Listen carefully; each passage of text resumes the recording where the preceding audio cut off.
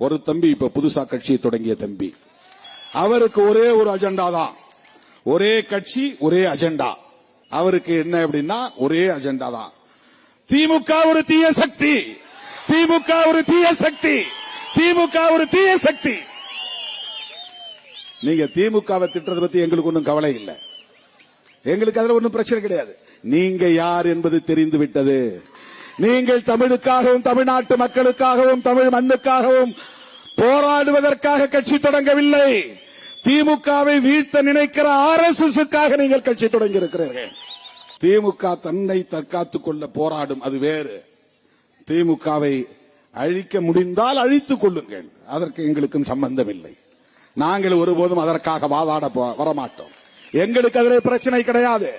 எங்களுக்கு ஒரு கொள்கை இருக்கிறது, அந்த கொள்கையை நாங்கள் உயர்த்தி பிடிப்பதற்கு எங்களுக்கு சில தோழமை சக்திகள் இந்த களத்திலே உண்டு.